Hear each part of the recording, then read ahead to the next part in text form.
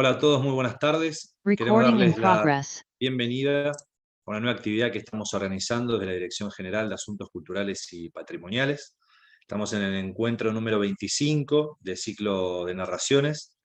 Como ven en pantalla, se encuentra nuestro curador Pablo Martínez Burquet, y eso significa que hoy tenemos 4 lecturas de terror. Y también en pantalla pueden ver a las escritoras Flor Canosa y María Victoria Vázquez, y al escritor Juan Cimerán. Y en cualquier momento se va a conectar Hernán Domínguez Nimo, así que como siempre le hacemos honor al título de esta sección, que es 4 eh, voces de terror, y ya en breve las vamos a tener para todos ustedes. Naturalmente, como siempre hacemos, agradecemos el trabajo del Departamento de Acción Cultural y el trabajo del equipo de sistemas que nos da la técnica para llegar a todos sus hogares. Y obviamente nos encanta estar acá dando ya nuestro último encuentro virtual del ciclo de narraciones, así que hemos llegado a noviembre del año 2021 y bueno, y estamos sumamente agradecidos con todas las personas que han participado, tanto de este ciclo de terror como el de Voces Cardinales, y obviamente a la teleaudiencia fiel que crece y crece, y que calculo que nos va a seguir porque esto lo continuaremos subiendo, los distintos contenidos que generemos el año que viene. Y bueno, nos pone nuevamente, como les contaba, muy contentos poder llegar a sus hogares. Dicho esto, y bueno, aprovechando que lo veo ahí con un fondo prístino y azul, lo saludo a mi amigo Pablo y le pregunto por qué hizo la selección de este conjunto de escritores para el día de hoy. Hola, Juan querido, hola compañeros, Vicky, Florcis y querido Juan. Ahora ya se está sumando Hernancito. Un saludo a todos, que ahí me avisa que está en espera. Chicos, compañeros de técnica, una vez más agradeciéndoles que sin ustedes esto no sería posible. Ahí está Hernán que está por entrar. Eh, Aquí estamos una vez más, recién te escuchaba y pensaba que el primer encuentro que iba a ser cuando organizamos estas 4 lecturas de terror iba a ser el primer encuentro eh, presencial, y justo ese día, el día antes, se decretó la pandemia. Así que llevamos 2 años trajinando por la vida eh, etérea, la vida en el éter, tratando de asustar a la gente, llevando las voces que hacen propiamente terror o que bordean, porque el concepto de terror modernamente es un concepto por demás de hospitalario que admite diversas vertientes. Entonces tenemos aquí 4 amigos míos, 4 grandes escritores que nos van a eh, deleitar, nos van a asustar, recordando lo que siempre tratamos de hacer, que es hacer docencia. El terror es el único o uno de los pocos géneros que se define por la emoción que causa, que es el miedo. Así que eh, vamos ya entonces, te dejo con nuestros compañeros para que los presentes y para que nuestra audiencia se deleite, se asuste, se inquiete, se incomode y preferentemente salga corriendo, pero con el celular o con la computadora bajo el brazo, con los cuentos que nos van a leer nuestros amigos. Muchas gracias. Dale, Pablo, haremos eso. Gracias por tu introducción y tu comentario. Acá aprovechamos, lo saludamos a Hernán Domínguez Nimo, que ya está con nosotros. Y a continuación vamos a darle el micrófono y la palabra a María Victoria Vázquez. Mientras ella se va preparando, les cuento que tiene publicados 2 libros con la editorial Textos Intrusos, uno llamado Frío, del año 2016, y otro Salamandra, del año 2019. En el año 2020 fue seleccionada para participar en la antología de cuentos Trenes de las ediciones El Narratorio, el 2020, y del Diccionario de Poesía de Textos Intrusos. También colabora con publicaciones digitales como son la revista Minatura, Ragnarok y El Narratorio. Tiene un blog llamado Como con tinta china. María Victoria, bienvenida, gracias por estar y te escuchamos. Bueno, muchas gracias. Bueno, yo lo voy a leer 2 textos, 2 cuentos, porque son cortos, así que pero estoy en tiempo. Bueno, el primero se llama Erradicación. Nos convocaron a todos los padres a la escuela el día de la gran presentación. estaba el experto, de bata blanca y anteojos, rodeado por los carteles gigantes que promocionaban al laboratorio que avalaba sus estudios. En menor o mayor medida todos sufríamos el mal. Una variedad ultra resistente de piojos nos invadía. Los productos disponibles para combatirlos no daban abasto. Las explicaciones que el médico daba del caso no hacían sino aterrarnos más todavía. El peligro para las cabezas de nuestros hijos, la contaminación de su sangre. El panorama futuro era mucho más desalentador de lo que ya imaginábamos, y eso era bastante decir. Para cuando estábamos todos bien asustados surgió la propuesta, la razón de ser de nuestra presencia en el salón principal del colegio. Ese hombre tenía la solución. Años de ciencia puestos al servicio de la infancia, la firma de la reconocida empresa que lo solventaba, todo generaba alivio y confianza. Así firmamos, los padres de todos los niños del establecimiento, sin cuestionar, la autorización para que comenzara las pruebas en ellos. Lo habilitamos, a pesar de haber visto en el documento alguna referencia a los efectos colaterales, pero era tal el encanto y la seguridad científicas del doctor que lo asumimos como una formalidad, un vericueto legal ineludible. En casa comenzamos a observar problemas a la semana de iniciar el experimento. David comía cada vez menos y comenzaron a marcársele, más de lo habitual, las ojeras en la piel. Su cabello, sin embargo, era algo radiante. Brillaba como nunca. Estaba cada vez más tupido, más hermoso, pero cuanta más luz emanaban sus pelos, ahora inhabitados, más oscuridad se apoderaba de su rostro. Al mes ya no se le entendía lo que decía. Se arrastraba cabizbajo y su rendimiento escolar comenzó a decaer. Mientras la madre seguía aplicándole la loción, el científico, yo me reuní con otros padres. A todos los chicos les sucedía lo mismo. Quisimos recurrir al colegio, a las autoridades. Cuando llegamos nos informaron que la directora estaría ausente por varios meses y la secretaria apenas mascullaba palabras incomprensibles. También estaba muy pálida y ojerosa. Otro de los padres investigó en internet y el fenómeno no se reducía a nuestro país. El experimento era global. Nos plantamos frente a la sucursal del laboratorio, pero unos empleados nos aseguraron que era todo parte del proceso, que tuviéramos paciencia, que los análisis mostraban excelentes resultados. Nos llenaron de papeles como evidencia. Los parásitos estaban erradicados, las cabezas de nuestros hijos vacías por completo.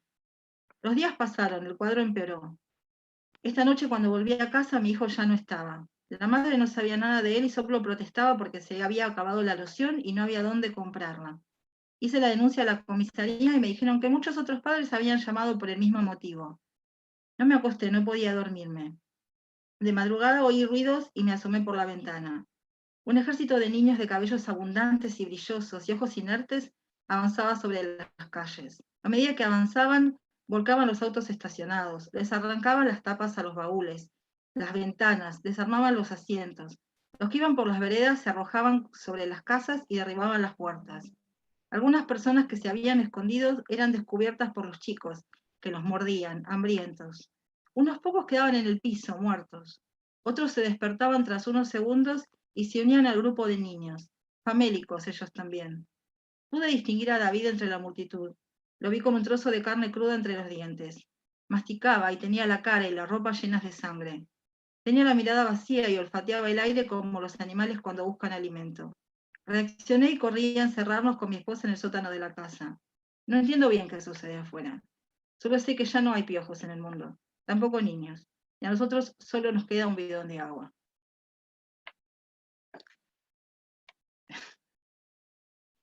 Y el otro es cortito. Se llama Fotógrafo. Este da miedo como por dos lados. Bueno, no sé si da miedo, pero si da miedo por dos cosas diferentes. Se despertó empapado en sudor, otra vez. Habían vuelto durante la noche. Sucedía desde hacía un tiempo. Rodeaban la cama y murmuraban. Algunos sollozaban. Sus voces se oían lejanas, como sonidos que intentan atravesar el agua. La misma lentitud, la misma morosidad. Murmullos con cadencia de plegaria. Un rezo infinito que le recordaba que no se habían ido, a pesar de las 1000 pastillas que tomaba para silenciarlos. Dejó la cama, las sábanas húmedas y fue hasta el baño a lavarse la cara. En la oscuridad pisó un camión de juguete que estaba tirado en el piso. ¿Qué hacía ahí? Si él había guardado todo bajo llave, en el sótano. Llegó a la pileta del baño y abrió la canilla. La presión del agua lo salpicó. Levantó la vista, los vio en el espejo. Estaban detrás de él, todos juntos. Lo miraban desde sus cuencos de ojos vacíos, desde sus cuerpos desnudos, sus diferentes estaturas. Algunos, los más pequeños, derramaban lágrimas negras. Se dio vuelta, pero no había nada, nadie. Volvió al espejo. Seguían ahí. Estiraban las manos como para tocarlo, como lo habían hecho con ellos. Él se golpeó la cabeza contra los azulejos, pero no bastó para que desaparecieran. Corrió hacia el escritorio y revisó la computadora. Todos los archivos estaban borrados. Abrió el armario. Las cámaras no estaban ahí. Él recordaba haberlas destruido cuando denunciaron a uno de sus clientes. Había tratado de borrar el rastro y lo hizo con eficiencia. Ningún juez ni policía había encontrado pistas. Sin embargo, ellos volvían cada noche a rezarle canciones de cuna, a llorarle. Regresó a la cama, tomó más pastillas, un manojo, sin contarlas, las tragó en seco, cerró los ojos con fuerza, se tapó la cabeza con la almohada transpirada. Un líquido negro, viscoso, se unió a su sudor.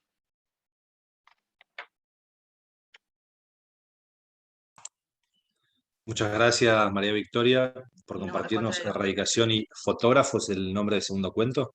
Sí. Muy bien. Muchas gracias. Les quiero recordar que en el canal Legiscava tenemos abierto el chat destacado de la transmisión, así que ahí nuestra teleaudiencia fiel puede escribir, preguntarle a nuestros invitados lo que quieran o mandar palabras de aliento, como escribió Luli Laurés, que dijo Cram de Vicky, así que bueno, ya tenemos hinchada ahí presente para Vicky, y bueno, hinchen por todos nuestros invitados, por favor. Así tenemos una jornada equilibrada. Bueno, a continuación vamos a darle la palabra a Hernán Domínguez Nimo. Mientras él se va preparando, les cuento que tiene cuentos y artículos en revistas y antologías de Argentina, España, Francia, Colombia, Venezuela, Grecia y Japón. Fue finalista en concursos de México, Perú, Argentina, y también ganó concursos internacionales en España y Chile en el año 2003. Publicó 3 libros de cuentos: Si algo está muerto no puede morir, en 2015, Tiempos muertos, 2016, y La primera muerte es gratis, en 2017, y una novela, Los muertos de Riachuelo, en el año 2018, en la colección Interzona Pulp. Dicho esto, Hernán, te damos la bienvenida, gracias por estar y te escuchamos. Muchas gracias, Juan. Gracias a todos, a Pablo, por la invitación al ciclo nuevamente. La verdad es un placer, y más con la compañía de autores, amigos que me rodean. Lo que voy a leerles hoy es un cuento de mi primer libro de cuentos, del libro Si algo está muerto no puede morir, y de alguna manera es el cuento que le dio nombre al libro, si bien el cuento se llama Con el tanque de reserva. Hay gente que se queda sin nafta a mitad de camino. Quizás que salen de fábrica con el tanque incompleto, o que el motor les consume más de la cuenta.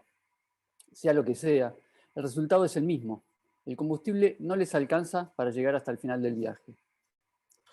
Algunos son como autos que empiezan a perder velocidad hasta que se detienen en la banquina, las balizas encendidas a la espera de un auxilio que rara vez llega.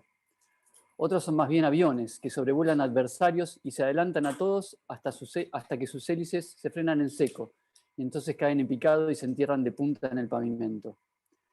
Mi familia tenía una larga tradición en este sentido. Mi abuela, que además está decir no llegué a conocer, pertenecía, como casi todos, al primer grupo. Sufrió una extraña enfermedad que le comió las defensas hasta la muerte. Mi abuelo, en cambio, murió de un cáncer de hígado fulminante antes de cumplir los 55. Mi madre sufrió de una progresiva melancolía depresiva. Dejó el trabajo, nos dejó a nosotros porque estaba más cómoda en un geriátrico, y a los 60 se apagó como una bombita quemada.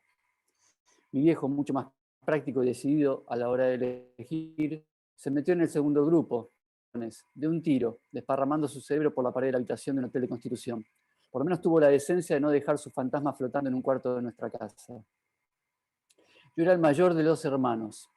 Cuando mi viejo se fue, ya tenía 28. No voy a decir que no me afectó, pero no fue tanto su ausencia como la manera en que se fue, la cobardía. Así que tragué la mezcla de bilis, lágrimas enmohecidas y rabia que se revolvía en mi boca y seguí adelante. Acababa de casarme con Mariela y quería seguir adelante, sobre todo para no mirar atrás. Olvidé mi familia, mi pasado. no como quien da vuelta a la página de un viejo álbum de fotos, sino más bien como quien tapa un vómito de perro con el felpudo. Me dije que eso estaba bien, que era lo más sano. Tuve 3 hijos, Magda, Sonia y Juanma, y lo único que lamenté fue que no conocieran a sus abuelos. También envidié siempre que mis amigos tuvieran alguien que les cuidara a los chicos, ya fuera por necesidad o para salir en pareja. Pero nada más. Mi familia era pequeña pero del tamaño justo. Yo no era ni rico ni pobre. Mis hijos crecieron, estudiaron, consiguieron trabajo, con las mismas dificultades que cualquiera, pero progresaron. Mirándolos, estaba seguro de que la maldición del tanque poco lleno era cosa del pasado. Ellos tenían mucho ímpetu, y eso se contagia, ¿saben? Sonia se casó. Magda, más moderna, se juntó a vivir con su novio. Juanma era un picaflor, pero poco a poco fue sentando cabeza con una amiga de Magda. Y no dependían de mí más que para un ocasional consejo. Y Mariela y yo comenzamos a planear viajes. ¿Hay más azar en un accidente que en una enfermedad? ¿Hasta qué punto nos predisponemos a que sucedan? Ya sea cruzando una calle sin prestar atención a una moto que pasa en rojo, o decayendo en nuestro ánimo lo suficiente como para que nuestras defensas estén por el piso y le abramos la puerta a lo primero que golpee. Vivir en una ciudad en la que las ambulancias tardan hora y media mientras tu mujer se desangra con un manillar de moto incrustado en el estómago, eso puede ayudar, claro que sí. No son decisiones conscientes, no, pero mi puta profesión siempre me empujó a creer que todo tenía que ver con todo. Supongo que tener una familia de maníacos, o una maldición familiar a cuestas, como quieran verlo, influyó a la hora de elegir la psicología. Eso y negarme a creer que el destino esté escrito en la mano de alguien, o en la sangre. Enterré a Mariela y desenterré el cuco de la familia. Esa sombra me perseguía y yo me negaba a dejarme atrapar. Me fui de viaje, el que habíamos planeado juntos, pero no porque quería quedarme quieto. Porque no quería quedarme quieto, no porque tuviera ganas. No quería seguir adelante como si nada, pero odiaba la idea de ser uno más en la lista. La desesperación llegó en forma de análisis. Es el tipo de sobre que uno espía antes de entregarlo al médico, sobre todo ahora que tenemos la dichosa internet y sus precarias herramientas para interpretarlo. Así que ya sabía que tenía leucemia antes de que me lo dijeran. ¿Y ahora? Me pregunté. Podía internarme, dejar que me pincharan y me inyectaran hasta el hartazgo, aunque sabía que no había cura para lo mío, cortesía de Google, el asesino de la imaginación y la esperanza del siglo XXI. Siempre tenía la opción de salir por la puerta de atrás, como los sesos de mi viejo. Pero Magda y Sonia estaban embarazadas, y yo sí quería conocer a mis nietos. Estaba decidido a llegar por lo menos hasta ese punto del viaje. Y no iba a seguir el guión de alguien que alguien había escrito para mí, sin siquiera preguntarme si prefería una comedia o un drama. Así que decidí salirme del libreto. Y lo primero por hacer era reescribir esa parte en la que el libreto decía que me tocaba morir en 5 meses. ¿Cuántos métodos conocen para impedir la muerte? No hay muchos que digamos. Rebuscando en internet encontré unas cuantas pelotudeces. Entre ellas, listas que incluían no hacer footing por la calle, no tirarse de cabeza a una pileta vacía, cruzar de vereda si aparece una banda de borrachos, no mudarse a la de jubilación y no jugar a la lotería. Sobre todo, no pilotear helicópteros. Es decir, nada que fuera de mucha ayuda, aunque me di cuenta de que algo tenían en común. Todos se trataban de anticipar accidentes, evitar la muerte. Yo no iba a tener tanta suerte. La ciencia no había llegado a donde yo necesitaba. En lugar de evitar la muerte, tenía que encontrar la manera de volver. No hace falta viajar por el mundo para encontrar lunáticos. Y ese era el tipo de gente que buscaba. Gente que se apartara del común de la gente. Gente que creyera en lo que nadie, incluido yo, creía. Gente en la que yo tenía que empezar a creer. El amigo de una amiga, con la que yo tenía sexo en bizarras reuniones de intercambio bioenergético, me dio el dato. Viajé en auto hasta Tigre y ahí tomé la lancha colectiva, que me dejó en un muelle precario. El sendero se alejaba de la costa y se internaba entre pequeños bosquecitos de sauces llorones, bordeando zanjas de agua estancada, casas que parecían abandonadas. Era como haber entrado a la trastienda del mundo. Conté 5 casas y me acerqué por un caminito a la última, esquivando charcos olorosos, nubes de mosquitos. La casa estaba estrangulada por matorrales y enredaderas resecas. Supuse que estaría abandonada, pero golpeé igual. Unos pasos rasguñaron un piso de madera y una mujer me abrió. No me dijo, adelante, te estaba esperando, ni nada parecido. Simplemente me dejó paso y me miró hasta que me decidí a entrar. Entonces cerró la puerta y volvió a sentarse en el sillón de tela roja, arratonada, que ocupaba el medio de la única habitación. Al lado había una mesa de madera y 2 sillas de tartaladas. Me acerqué y después de tantear la resistencia, ocupé una. La mujer daba miedo. No había ningún rasgo en particular, era todo. Era la mirada vacía y penetrante a la vez, como si no te mirara y te traspasara. Era su piel pergaminada y sucia, y el olor. Recorrí el lugar con la vista, sorprendido de que la bruja no tuviera un gato, un perro al menos, que le hiciera compañía. Un buen rato después, cuando por fin se movió, descubrí que la sombra de un rincón era en realidad una iguana de 1,5 metros de largo. No hizo falta que me hablara, ya me habían advertido. Dejé la plata sobre la mesa y ella ni la miró. Me molestó eso, era mucha plata. ¿Cuál es el precio de la muerte? Eso le tenía que entregar. Y había traído todo lo que tenía. La mujer se levantó, arrastró los pies por el polvo del piso hasta la cocina a leña que había en la parte más alejada y volvió con un frasco de vidrio percudido, del tamaño de una damajuana vieja, con un trapo sucio atado en el pico. Dejó el frasco en la mesa y se me acercó por atrás. No saben lo que luché para evitar darme vuelta o levantarme y correr. Me levantó los brazos y me desvistió. Desató el trapo que tapaba el frasco y sacó algo de adentro. Comenzó a frotarme la espalda con algo rugoso y viscoso, a la vez, mientras tarareaba algo. No pude evitar pensar en esos pechos resecos, restregándose contra mí. Dio la vuelta y vi que tenía un sapo enorme en la mano. Me lo pasó también por el pecho, y luego me hizo señas para que le pasara la lengua, por la piel. Vencí el asco y lo hice. Imaginé que sería mejor que sus pechos. De otro frasco sacó un 100 pies, que me hizo masticar antes de tragar. A esa altura me sentía Marley, en uno de esos ridículos viajes documentales, exóticos al Amazonas o a las islas del Océano Índico. Después apareció con un par de vainas secas que abrió para extraer las semillas y obviamente hacerme tragar. Cuando pensé que ya estaba listo, me dio un trozo de caña, pero ni remotamente de azúcar. La amargura que invadió mi boca al chuparla me frunció la boca hasta las orejas. ¿Cuál era el componente mágico? ¿O serían todos necesarios, incluyendo a la iguana, que se había enroscado en uno de mis pies como un gato mimoso?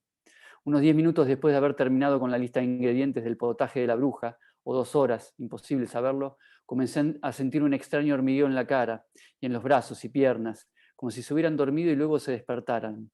Leve al principio, tan leve como para pensar que me lo imaginaba, pero creciendo hasta volverse molesto.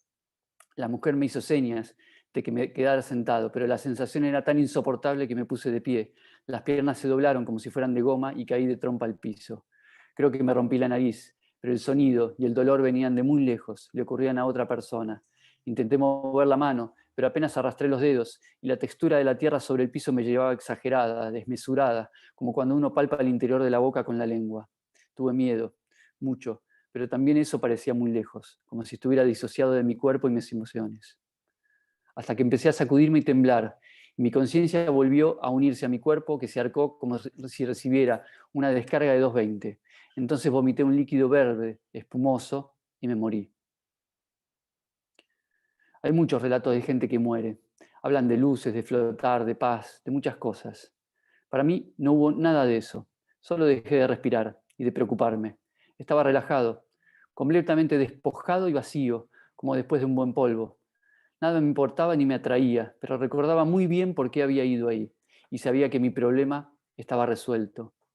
Supongo que alguna vez escucharon la frase, si algo está enfermo, está con vida, ¿no? Yo voy a decirles otra, si algo está muerto, no puede morir. Y esa era la idea. Solo tenía que volver y esconderme, dejar que mi familia pensara que había muerto. Después de todo, era verdad. Y buscar un lugar. Entre los túneles del subte hay muchos ramales ciegos, galpones en desuso, ideales para vivir lejos de la mirada estúpida y prejuiciosa de la gente. Y aquí estoy, supongo que recorriendo el final de mi camino. Cada tanto salgo de noche y visito la casa de Magda o la de Sonia, apenas a unas cuadras. Tengo que cuidar que nadie me vea. La gente se asusta si me ve de cerca. La noche y ropa abrigada y holgada ayudan. Con el tiempo aprendí a controlar mis manos y mis pies, a abrir las puertas sin dejar caer las llaves, a meterme en las casas hasta las habitaciones de mis nietos y contemplarlos por horas. Magda tuvo mellizos y Sonia una hermosa nena, Luna, es preciosa. A veces es una buena vida la de estar muerto. Sé que no tengo buen aspecto, que si mis hijas me vieran, jamás me dejarían volver y podría ocasionarles más de una pesadilla a mis nietos. Así que tengo que seguir así, metiéndome en su casa como un ladrón. Solo me duele que ellos piensen que su abuelo es otro más de la lista, que no sepan que sigo acá, en el viaje, aunque ya esté usando el tanque de reserva. Muchas gracias. Muchas gracias, Hernán, por este relato con el tanque a reserva. La reminiscencia a Gustavo Cerati también. Muchas gracias. Bueno, a continuación vamos a darle el micrófono a la siguiente invitada, que es Flor Canosa. Mientras Flor se va acomodando, les cuento que ella es guionista y montajista de cine y TV, egresada de la ENERC. Hace 20 años se desempeña como jefa de trabajos prácticos en la Facultad de Ciencias Sociales de la UBA. Ganó el premio 10 de novela contemporánea en el año 2015, de editorial El Cuervo en Bolivia y Suburbano en Estados Unidos con su primera novela Lolas. Y luego publicó 3 más: Bolas 2017 por editorial Zona Borde, Pulpa 2019 y Los Accidentes Geográficos 2021. Estas 2 últimas con editorial Obloshka. Sus cuentos y poesías han formado parte de antologías en Argentina, Uruguay, España y Estados Unidos, diarios, revistas y sitios web. Como guionista, trabaja para proyectos de cine y TV para cadenas como Star, Amazon y HBO. También escribe cómics, hace radio, cría un hijo, 2 gatos y navega en las aguas tumultuosas de las redes. Flor, bienvenida. Gracias por estar aquí con nosotros y te escuchamos.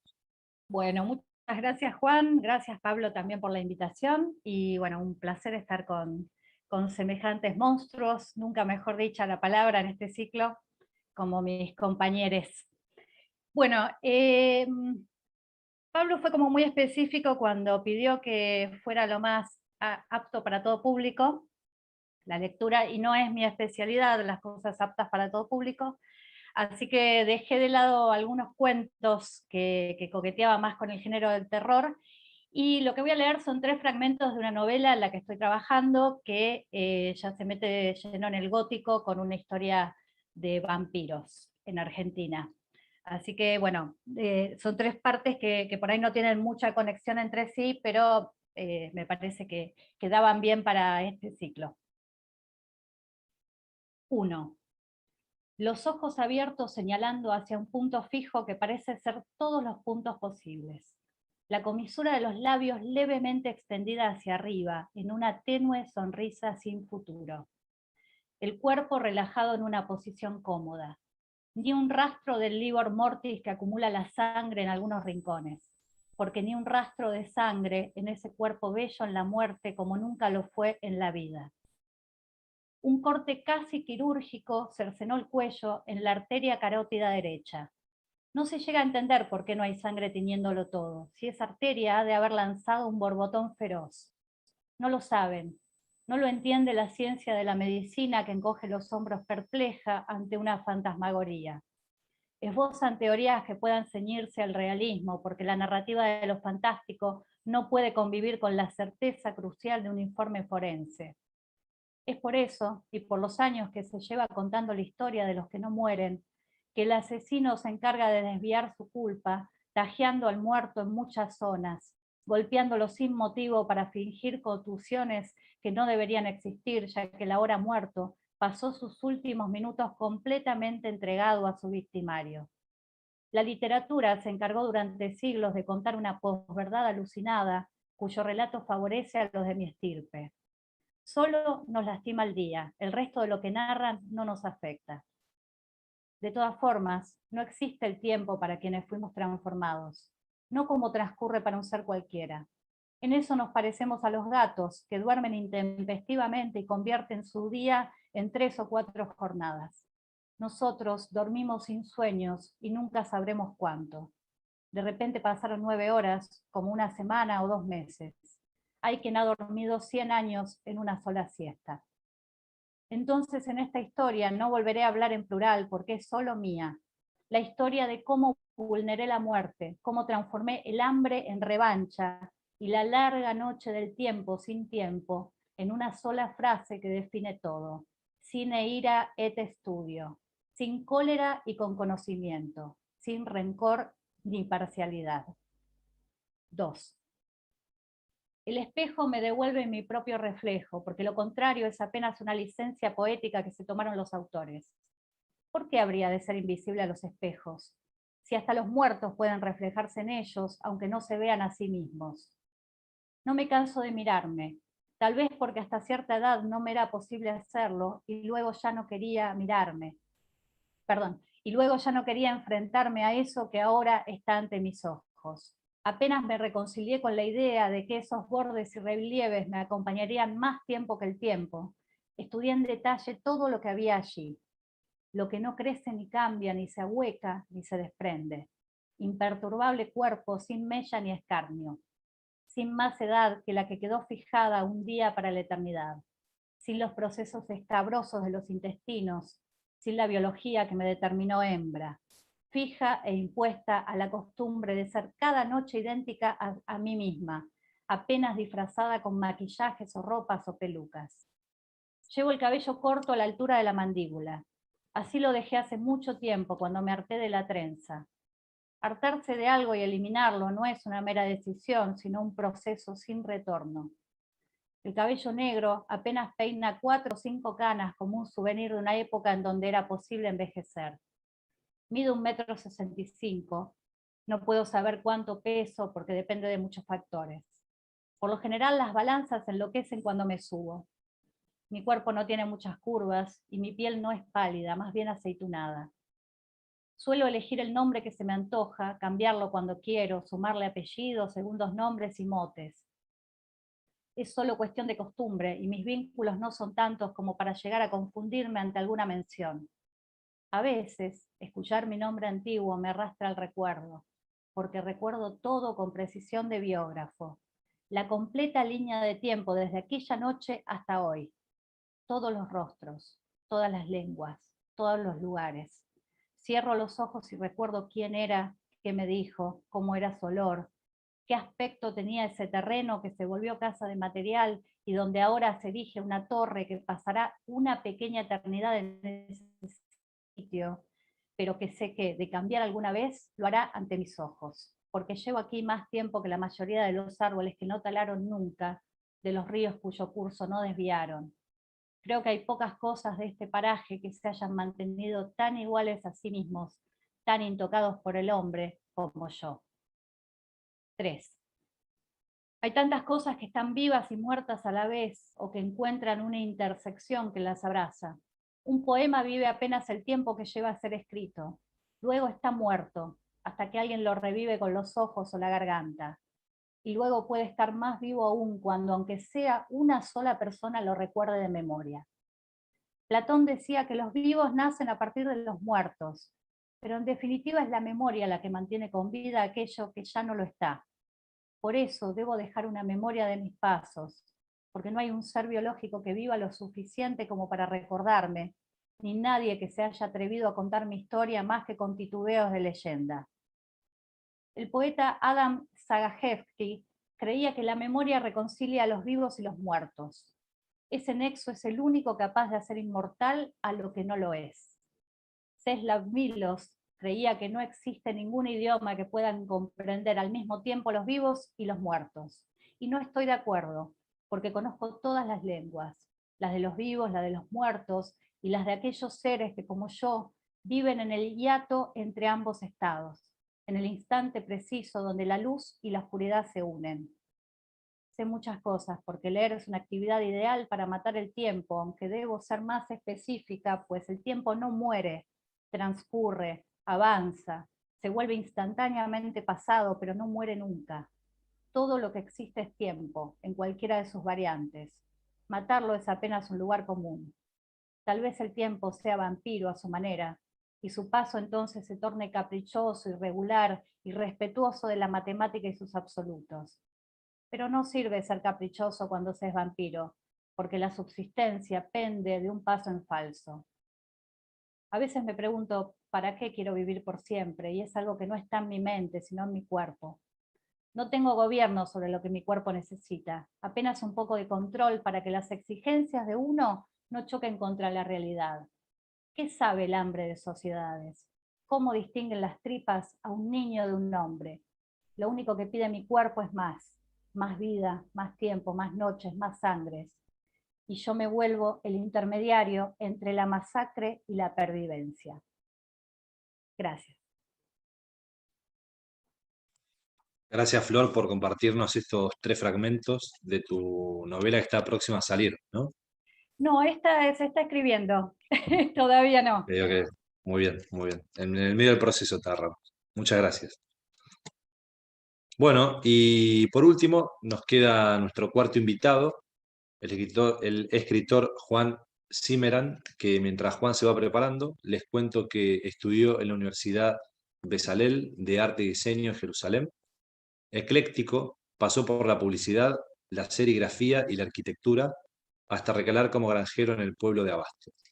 Publicó las novelas Argentinos a vencer, Fan Ediciones 2012, 8 grados centígrados, España Amarante 2013, Nevermore, España Amarante 2013, Los niños de Berisso, Edubim 2017, que formó parte del estándar argentino en Frankfurt, El chévere Venturante Mr. Quetzalcoatl de Arizona, publicado por Ayarmanote Argentina y La Máquina de Hacer Ping en España en el año 2019.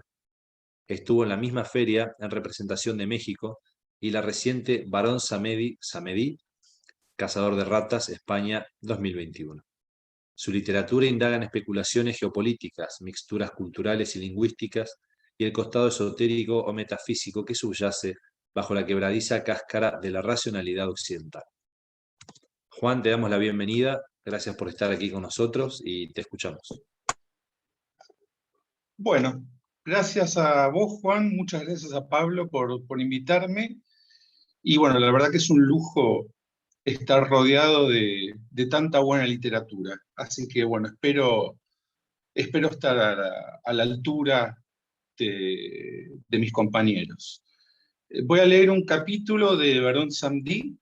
Es una novela que se acaba de publicar en España. Como voy a leer un capítulo que está en medio de la novela, primero doy una pequeña explicación. El personaje es un marchand argentino que viaja a Haití con el objeto de buscar arte, ¿no? Un poco, digamos, con el antecedente de André Breton y Wilfredo Lam. Más que nada, esto transcurre en el año 1967. Así que bueno, voy a iniciar la lectura. El capítulo se llama Quimanga. Faltaban el sapo, la rifa o el tiro al pato, porque lo que Strass veía era una kermés hecha y derecha. Va, tanto como kermés. A medida que se iba acercando, los adornos blancos que colgaban de las ramas de los árboles se transformaban en pequeños cráneos, acompañados por muñecas de plástico colgadas boca abajo. No pudo evitar un escalofrío. Los cráneos eran alargados, seguro de animales, pero habían algunos que eran como miniaturas de calaveras humanas, monitos quizá no. Pero entonces ¿qué? Mejor pensar poco. Y las muñecas, así, atadas por los piecitos, los pelos de estopa flotando en el aire, las bolitas de vidrio, como ojos de peces mirándolo en el fondo del mar, las manitas plásticas abiertas, pidiendo clemencia, porque ¿qué otra cosa podrían pedir apuntando al piso? Juraría que jamás vio nada más absurdo que esos juguetes, transformados en adornos macabros por el sencillo, pero justamente por eso sutilmente perverso mecanismo de sujetarlos al revés. ¿Estaba seguro de en qué baile se estaba metiendo? ¿Tanta confianza le inspiraba al panameño, un desconocido absoluto apenas hace una semana? Y el tiro, y si por error le pegaba, la bala había levantado el barro a pocos metros, y hasta algo de ese barro seguro le había llegado a rociar la pernera del pantalón. Bueno, con balas o sin balas, a esta altura de la soirée no había vuelta atrás. Así que al mal tiempo buena cara, che, y que no se note la preocupación, va, el cagazo. Que cuelguen nomás cabeza abajo muñecas o hipopótamos, vos quédate piola. Además, calavera no chilla, viejo, nadie te obligó a nada. Strass interrumpió el soliloquio, miró la hora en el Rolex apretando un pulsador que iluminó la esfera, se palpó disimuladamente el pasaporte y extrajo la caja de 4370, encendió uno, Lo caló con fruición y se concentró en observar el sinnúmero de cintas que envolvían los troncos. En cada árbol dominaban colores distintos. Bajo esos árboles, las botellas exhibidas sobre caballetes, claro que no eran para probar puntería con rifle de aire comprimido, eran botellones que albergaban cabecitas de cera, muy parecidas a la que guardaba celosamente en su habitación. Su botella. La excitación general zumbaba y explotaba en burbujas de risotadas y pequeños aulliditos de placer.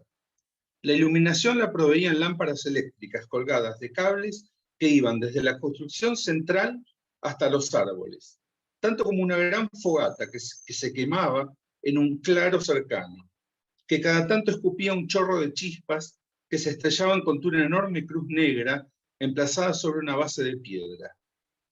Por más que eso que estaba ahí esplendente al fulgor era una cruz, eso, de católico, no tenía ni una piedrita. Strass se rió entre dientes. Eso le parecía el objeto más sacrílego que viera en su vida, y hubiera hecho la delicia de su padre. Los concurrentes lucían sus mejores galas.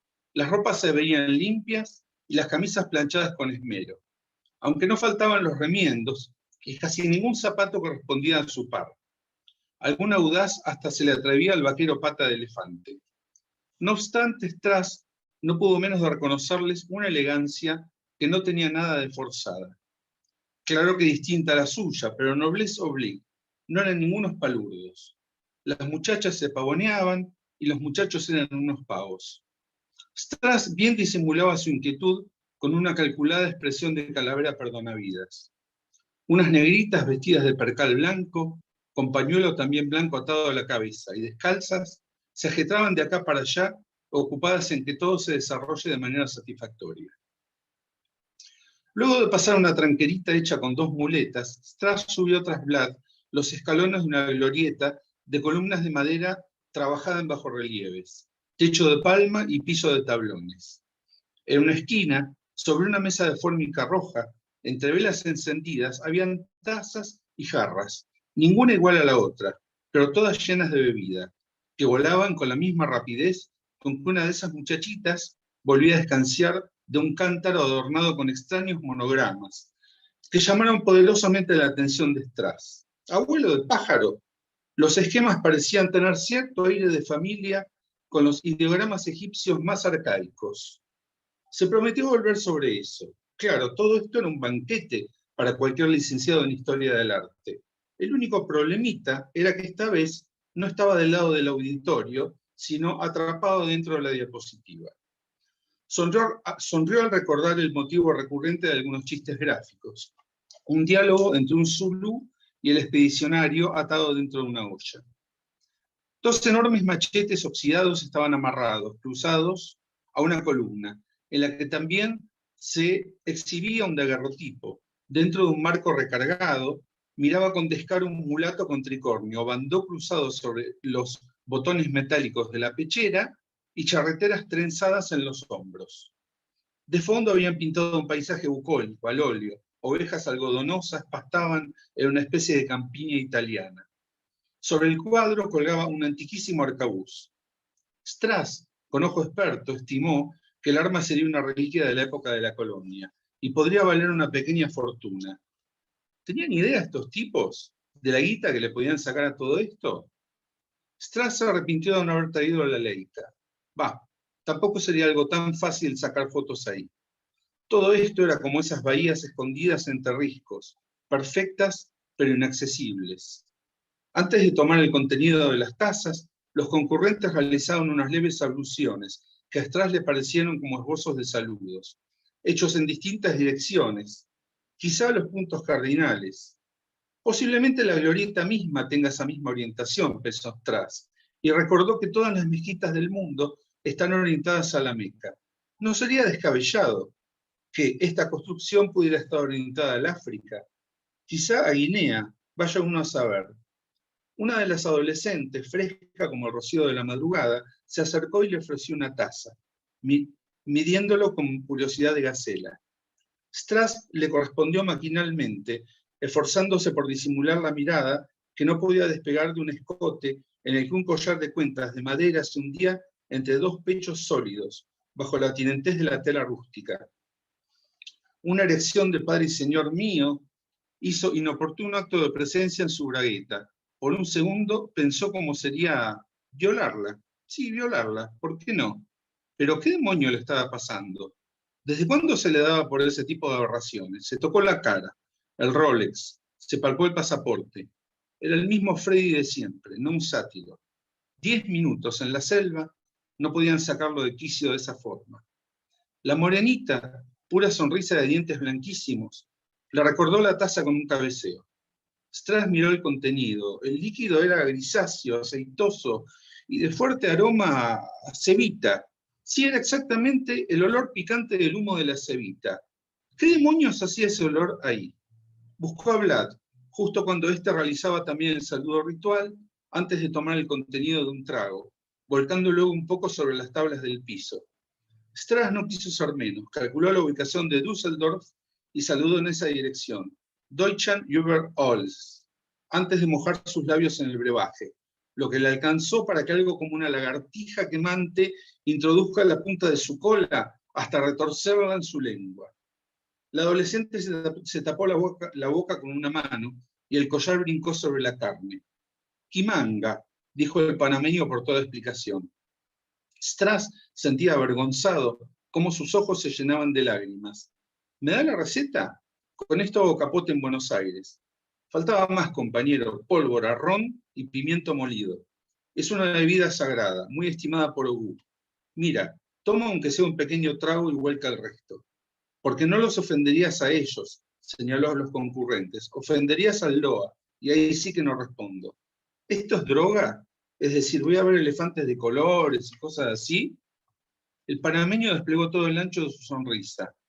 Nadie te va a prohibir ver elefantes de colores si ese es tu deseo. Oye, ¿sabes? Esto no es gratis. Nada es gratis. Paga el precio, man, no seas tacaño.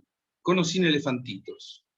Una corriente de simpatía calentó el pecho de Strass. Vlad, claro, no lo obligaba a nada, pero por ahora terminaba haciendo siempre lo que él le indicaba. Y eso no le molestaba en lo más mínimo.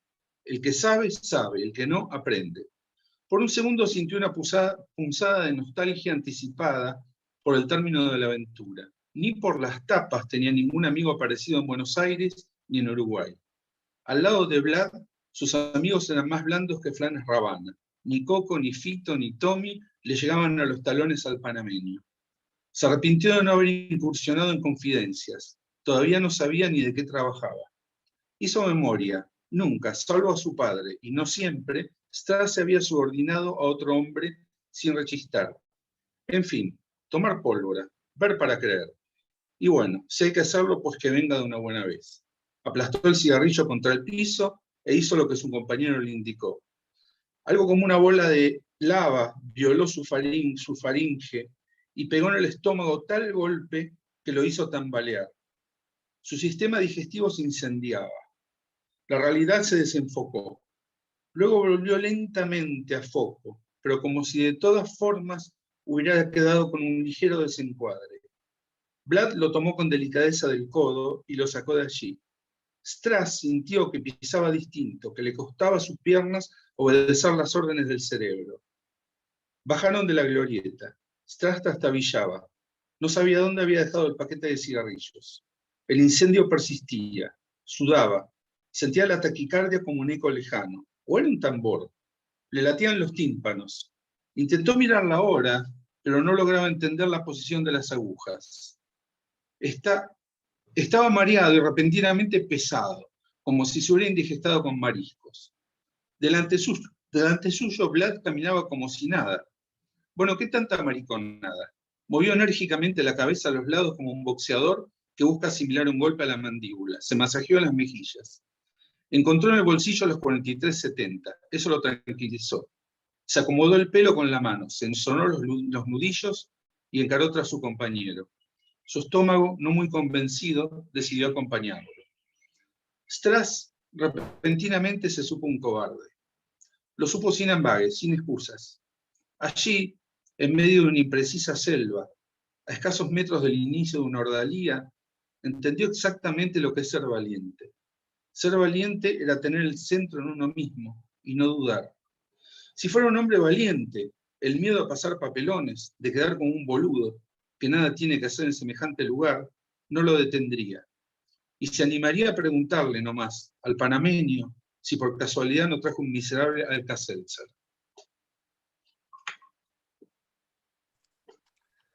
Muchas gracias, Juan, por compartirnos No, este por favor. capítulo de tu novela Barón Samedi. Y bueno, como solemos hacer, una vez que terminan de leer nuestros invitados, pasan ellos a conversar con Pablo. Y antes de eso, les cuento que Lucas Melfi en el chat puso excelentes Hernán y Flor. Seguramente no llegó a escuchar a Juan porque escribió hace un ratito. Así que, bueno, dicho esto, Pablo, te cedo el comando y dialoga con tus colegas, por favor. Muchas gracias, JD, muchas gracias. Escuchaba, ahora ya sentado como corresponde y no haciendo una road movie como venía hace un rato. Escuchaba muy atentamente los cuentos, los dos, de Vic, justamente ese cuento tan hermoso de Hernán, de su libro, Si algo está muerto no puede morir, y la novela vampiresca gótica argentina de Florcis, y por supuesto el Barón Samedi de Juan. Creo que tenemos un broche de oro para estos 2 años, este último encuentro de 4 escritores, 4 lecturas de terror. Pensaba, ¿no? A veces Juan, siempre cuando empezamos, me dice, ¿por qué invitaste a tal o cual? Y decía, bueno, justo de Vicky estoy leyendo Salamandra, me parece un libro delicioso. Hemos compartido revistas y distintos eventos literarios donde aparecen nuestros ejercicios. De Flor he leído, por supuesto, Lolas y ¿cómo se llama el último? ¿Cómo se llama? ¿Los accidentes geográficos? No, Pulpa. Pulpa. Me falta leer ese que sé que es muy bueno. Lolas me encantó. Sé que tiene también una especie de continuación con otras dimensiones corporales. La manera de escribir tan visual, tan ajustada que tiene. Yo siempre, cada vez que abordo alguna lectura o algo de Florcis, destaco que se nota su métier, porque convierte las palabras en imágenes y las imágenes en emociones. Y mis 2 amiguitos, Hernán y Juan, ¿qué puedo decir? De Hernancito, mi hermanito, hemos compartido tantas cosas. Me he ido hasta el cementerio de Pilar a sacar fotos de justamente este libro. He actuado en la presentación de Los Muertos del Riachuelo, que es una novela argentina de zombies increíble. También hemos compartido, que sería muy largo de decir, con Juan. Por otra parte, también, bueno, escribí el prólogo nada menos que del Quetzótl. Estuve representando a uno de los personajes de Los Niños de Berisso. Su novela distópica, Argentinos a vencer, es quizás una de las mejores distopías que se han escrito sobre la Guerra de las Malvinas. Y tengo un privilegio: de casi todos sus libros los conozco desde que son ideas embrionarias, y puedo decir en qué lugar me contó que estaba estudiando cómo hacer un prospecto para escribir o incluir Los Niños de Berisso, o cuando me empezó a contar la historia del Barón Samedi a lo Graham Greene en La Habana. Así que miraba recién, ya el otro día cuando lo pasé, los currículos de cada uno de ustedes, y decía, bueno, qué derrotero que llevamos juntos, qué lindo que es esta posibilidad que nos da la literatura de amigarnos, de hermanarnos, y de tirar siempre para el mismo lado. No importa qué pensemos, no importa qué creamos, estamos comprometidos con este trabajo que es escribir.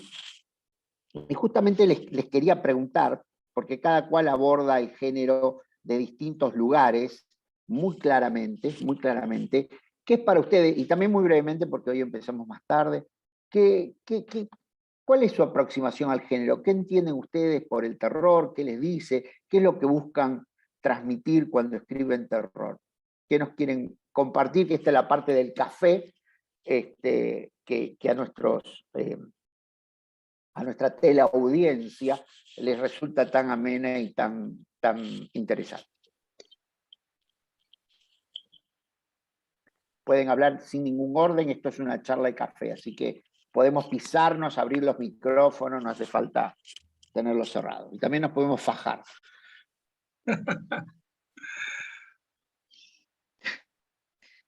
Bueno, voy a arrancar. A ver, a mí el terror me acompañó de toda la vida. Cuando era chica leía Poe, leía Horacio Quiroga, Frankenstein, Drácula, todo el gótico me gustó siempre.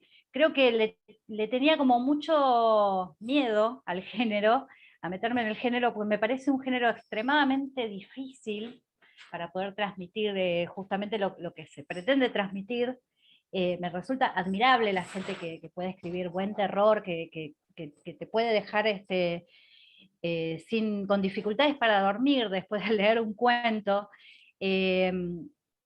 Y no sé, a mí me gusta mucho ir explorando por diferentes géneros, entonces me parecía que había llegado un momento de mi vida en donde también mis preocupaciones por el cuerpo, que es algo que es como constante dentro de mi literatura, podían acercarme justamente al terror.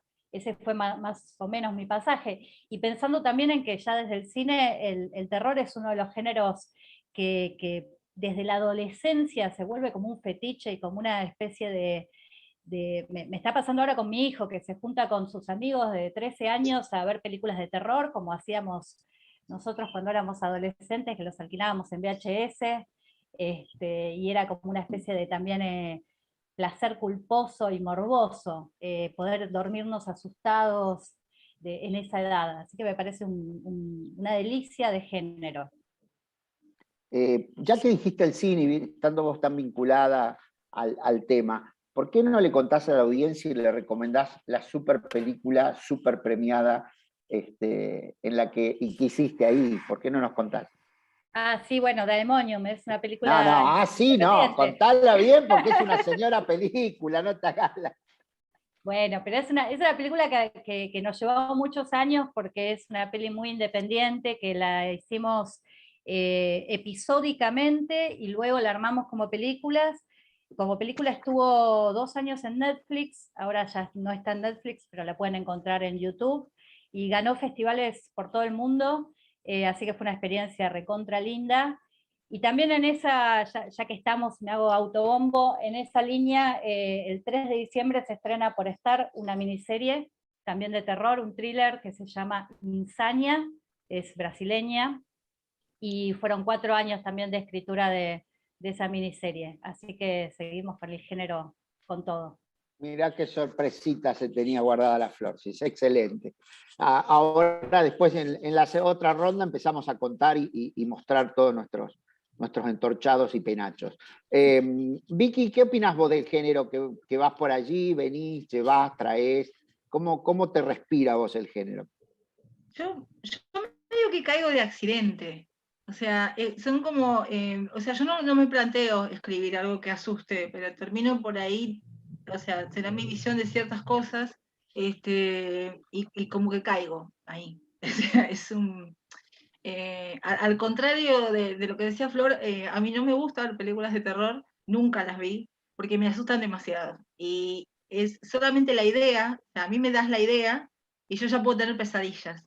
He tenido pesadillas con películas que no vi, por ejemplo, o sea, porque, sí, una vez escuché, cuando era chica, creo que era el tráiler de los... ay, bueno, no me sale, y ya con eso tuve pesadillas varias noches, o sea, es como, entonces tengo mucha imaginación, y entonces, no, así que es una cosa medio rara, como termino yo escribiendo cosas como oscuras, pero yo digo que como un terror doméstico, o sea, como cosas que por ahí podrían ser normales, termino cayendo en eso. No hablo mucho de criaturas o seres más de terror, digamos. Bueno, por ahí sí, la de los piojos terminé cayendo en una cosa así, sin decir que era esa cosa así. Pero en realidad lo que me importaba ahí era el tema, por ejemplo, del lavado de cabezas de los chicos. Yo entro por ahí y termino en esto. Es un camino como medio raro. Bueno, no sé si es medio raro, pero es mi camino. Está muy bien. Señores, ¿qué tienen para...? Yo hablaba recién de los trailers y pensaba en la voz del mítico Don LaFontaine, "In the world of mischievous behaviors". Me encantaría tener esa voz, pero tengo la que Dios me dio, así que... Todos odiamos nuestras voces. Sí. In the world.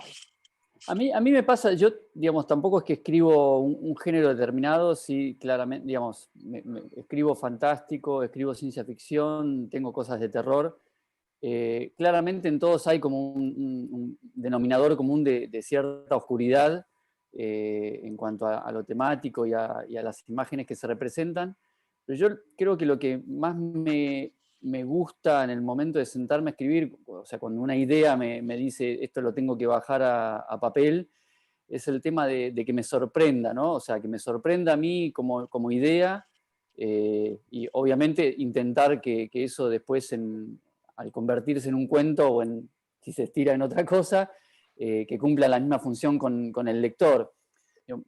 Me pasó, por ejemplo, con el tema de los zombies, ¿no? Cuando me senté a escribir Los muertos del Riachuelo, yo en un momento me planteé, digamos, para mí el tema de los zombies era como algo que está recontra trillado, ¿no? Está transitado ida y vuelta 80.000 veces, sobre todo digamos, en estas cosas tipo Walking Dead que están dando vuelta, y yo sentía que si me sentaba a escribir algo que tuviera que ver con zombies, tenía que tener alguna vuelta de rosca que me sorprendiera a mí y obviamente por consiguiente a los lectores. Digamos, creo que en cierta medida lo logré y por eso es que sentía que la novelette, porque es una novela bastante corta, vale la pena. Si no me sorprende, digamos, a mí por lo menos no me ¿Por qué no divierte. le contás, Hernancito, a la gente el atajo que encontraste para que los muertos se vuelvan muertos vivos con el riachuelo y el... Eso me pareció de una originalidad superior. Los muertos del Riachuelo transcurre, es un cronista que en su momento tomó piel con la cara de Pablo Burquet en la presentación del libro, que digo que si algún día se hace una serie, la cara tranquilamente podría ser, el physique du rôle lo cumple. Es un cronista que hizo una investigación y descubrió que en la década en las que gobernaba Méndez, como que se descubrió que había uno de los puentes del riachuelo había intentado venderse como chatarra, porque total había dos con el mismo nombre, así que uno sobraba y lo podíamos liquidar. Y en el momento en que lo intentan sacar, viene una grúa desde Holanda para removerlo, rompieron los cimientos, lo estaban a punto de levantar, se larga una tormenta de esas del Niño, que son terribles, entonces lo apoyan en el fondo legamoso, digamos, del riachuelo para que no se hunda la grúa, y en ese momento, bueno, en el medio de la tormenta cae un rayo. La estructura de ese puente está hecho tiene cobre en su interior, con lo cual, digamos, es muy transmisora y expansora, por decir de otra manera, de la electricidad, y eso mezclado con el mejunje que hay dentro de lo que es el riachuelo, fue como la protocultura ideal para que todos los muertos que estaban ahí alojados, claro. El caldo proteico, para que todos los muertos que estaban ahí alojados salieran. A partir de eso, digamos, este cronista reconstruye historias de muchos de esos muertos que salieron del riachuelo, salieron todos juntos, pero son muertos que no cayeron juntos ahí, porque hay muertos de diferentes momentos, digamos. Hay un muerto de un vuelo de la muerte, hay muertos digamos, de peleas policiales, hay mucha clase de muertos ahí caídos, hay unos simplemente por inundaciones que los asaltaron y los arrastraron. pero sí todos salen con un plan de venganza hacia los que tuvieron de alguna manera que ver con su muerte, ¿no? Y su caída al riachuelo. Es tan buena la novela que hasta aparece Rubén Peuchele. El gran héroe argentino. Por supuesto, el ancho Rubén Peuchele. El ancho. El ancho. ¿Y vos, Juancito? Recordad que no nos podemos ir a la madrugada, porque les quiero aclarar con Juan, empezamos a hablar hasta que se nos agota la batería del reloj. Sí, para hacer algo así corto. Yo de chico crecí en las reuniones familiares, entre los relatos de los pogrom en Rusia, los nazis en Alemania, los árabes atacando en masa al Estado de Israel. En realidad, a mí no me era tan difícil entender el terror, sino que me era difícil entender lo que estaba fuera del terror. O sea, yo veía a Bambi y no lo entendía. Así que bueno, un poco tuve que hacer quizás el camino inverso, que era salir de esa cápsula de ese planeta terrorífico que nos rodeaba.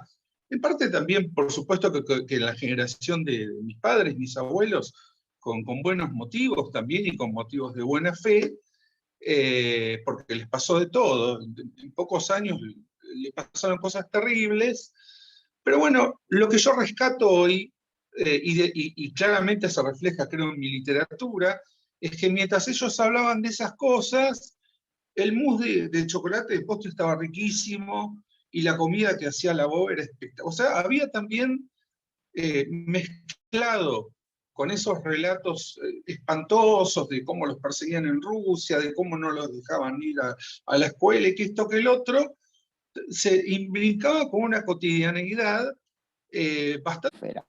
Bueno, ahora viene la parte donde pasamos los chivos, contamos qué estamos haciendo, mostramos libritos, por ejemplo, como hizo Flor, que le pido que vuelva a reiterar cómo se llama la serie donde trabajó para Star. Como odio a los de Star, me tuve que pasar para ver los partidos de rugby.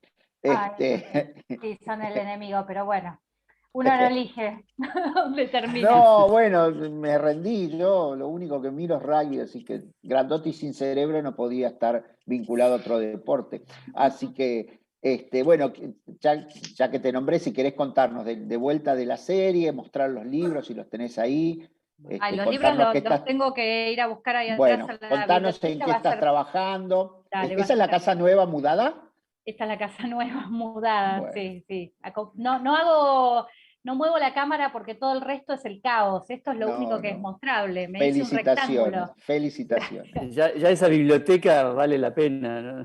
Sí, uní todas las bibliotecas, ya está, estoy en mi salsa, por suerte. Y lo primero que acomodé, estaba todo un despelote y quedó la biblioteca.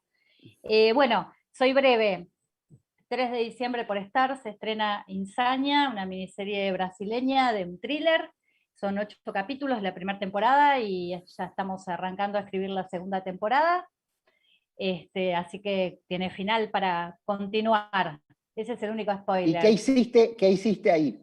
Ahí hice el guión. De todas formas, después como se hizo una adaptación brasileña, me van a ver, por más que le puse todo de mí, me van a ver en los títulos finales, ahí chiquitita, al final, porque bueno, cosas de los derechos de piso. Pero un proyecto que quiero mucho, la verdad que es muy lindo. Y también se va a estrenar otra peli en la que colaboré con el guión, que por ahora se llama Franklin sangra por la boca, con Germán Palacio, Brandoni, Daniel Araos, ¿cómo se llama? Unos pibes que recién empiezan. Sofía Gala. Sí, dirigida por Lucas Vivo, que es con quien laburo en los guiones actualmente. Y bueno, y después van a venir más proyectos, pero todavía están muy ahí incipientes. Eso dentro del cine.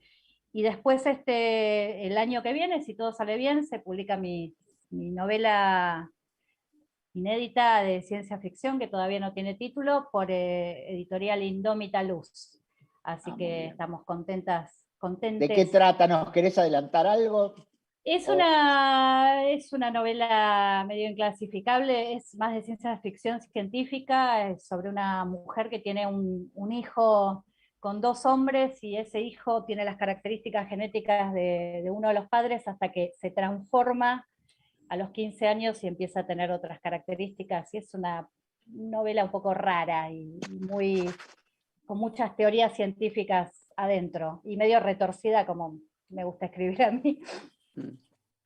Pero bueno, ustedes saben, le contamos a la audiencia, el género, yo decía al principio, es muy hospitalario, tiene unos horizontes por demás de amplio, y estamos en una época donde la hibridación, la mixtura, los entrecruzamientos de géneros, dentro del género de diversas vertientes, hacen que por ahí sea muy raro encontrar algo estrictamente gótico o algo estrictamente splatter o slasher o lo que sea.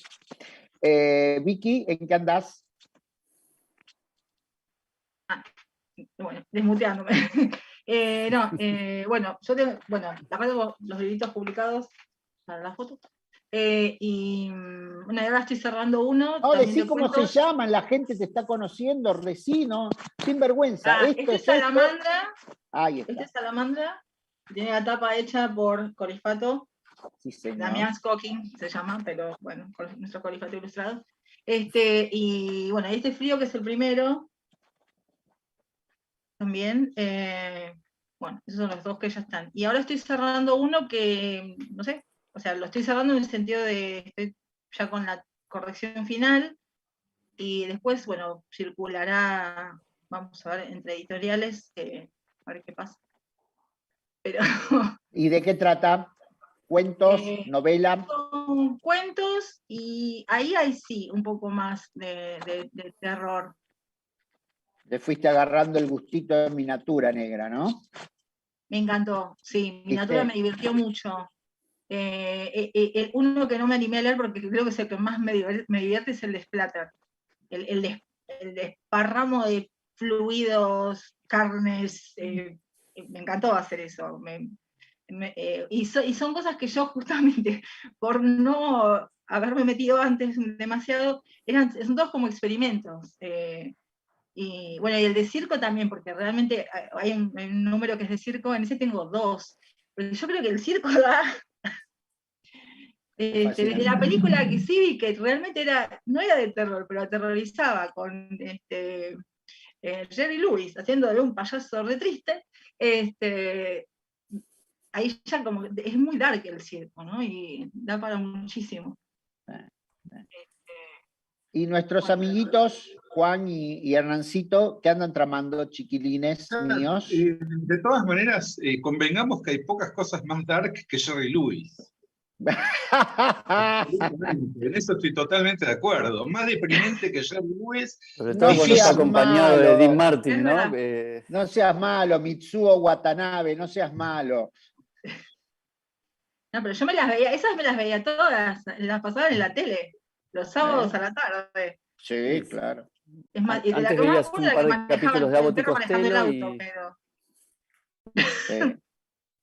Abbott y Costello contra los monstruos, qué película. Bueno, ¿y qué andan ustedes? Cuéntenos. ¿Quieres contar vos, Juan?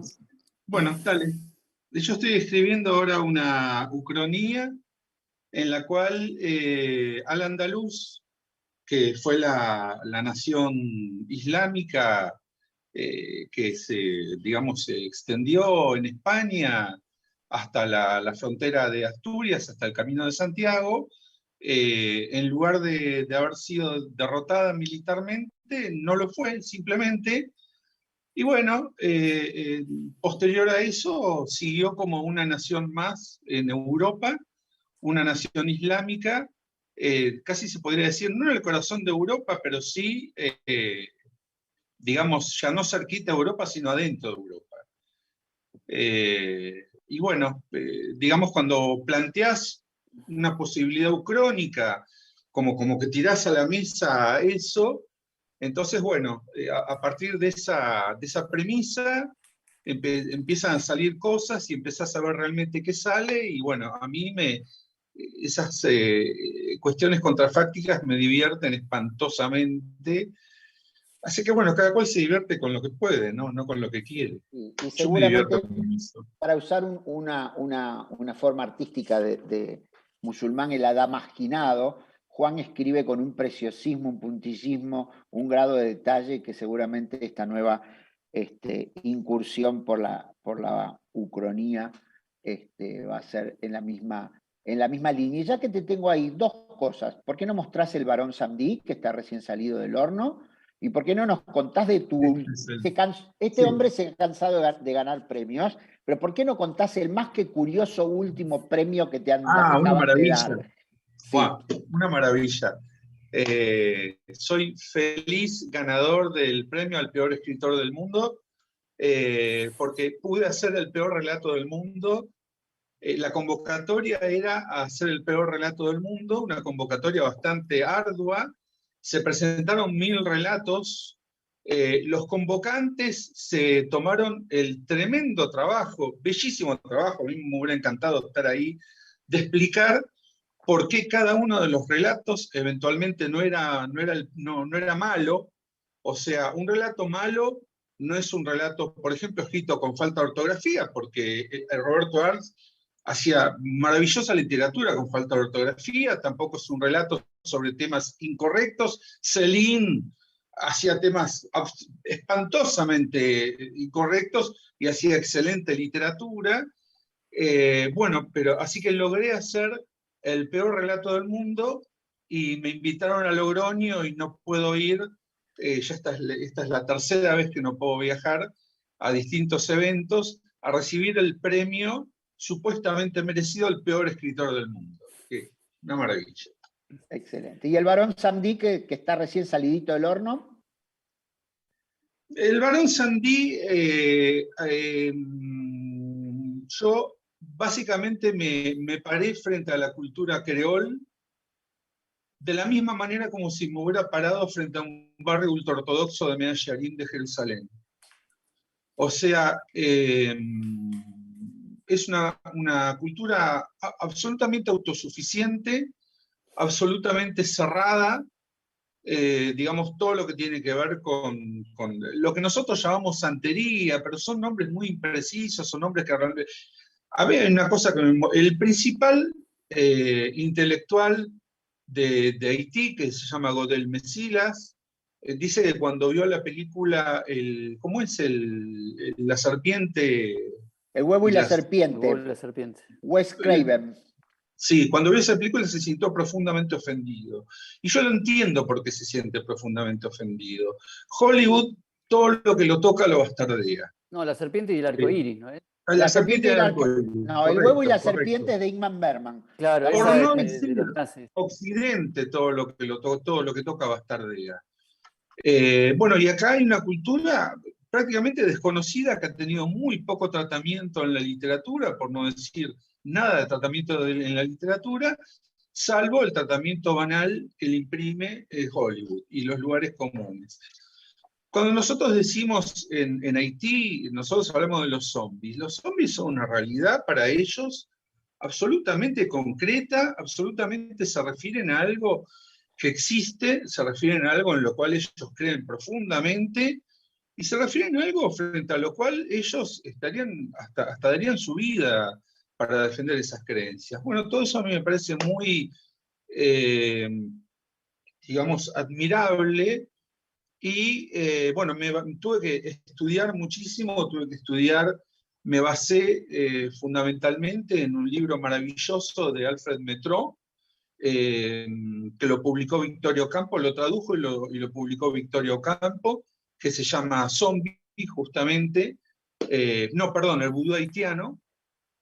Bueno, y te metes en una cultura con leyes propias donde, digamos, viéndolo desde esa perspectiva, prácticamente nosotros podríamos plantearnos que somos creyentes de la ley de gravedad, por ejemplo.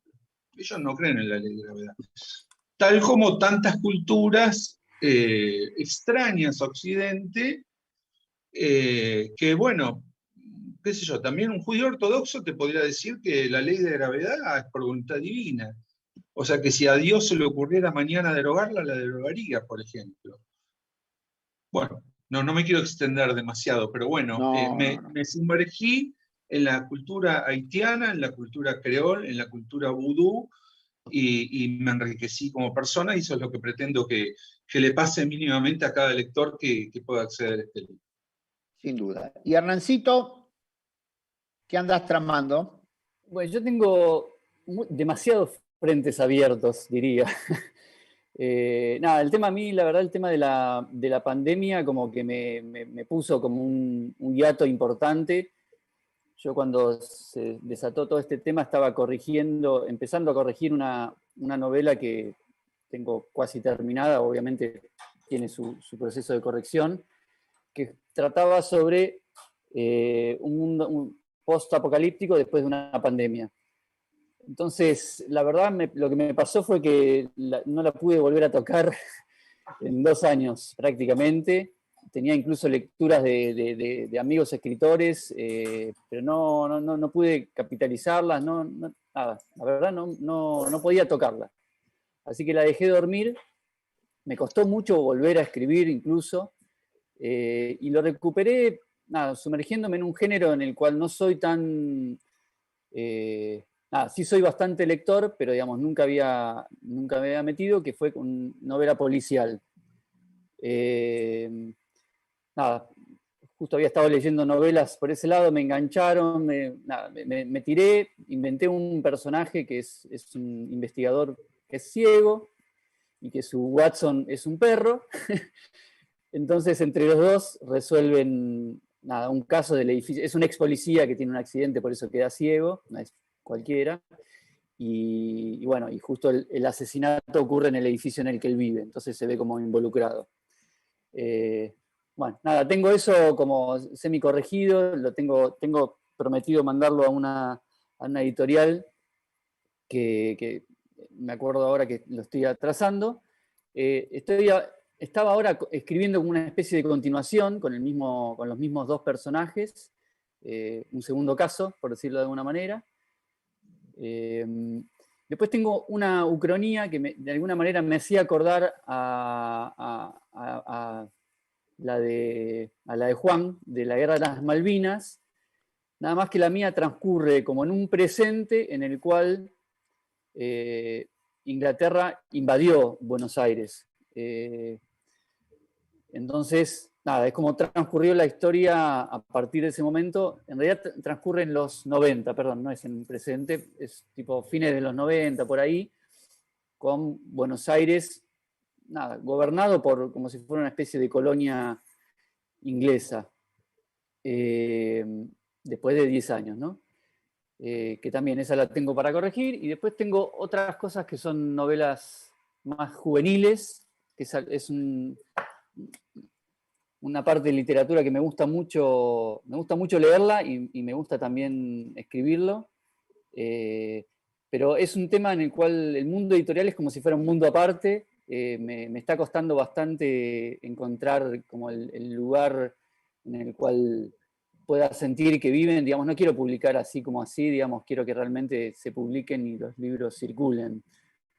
Con lo cual, nada, tengo un par de cosas ahí terminadas que me está costando meter. Nada, cuando tenga más novedades al respecto les contaré. Bueno, muy bien, muy bien. Como verán, 4 nenas tremendamente potentes y poderosos hemos traído hoy, que justamente es el cierre de este ciclo de este año.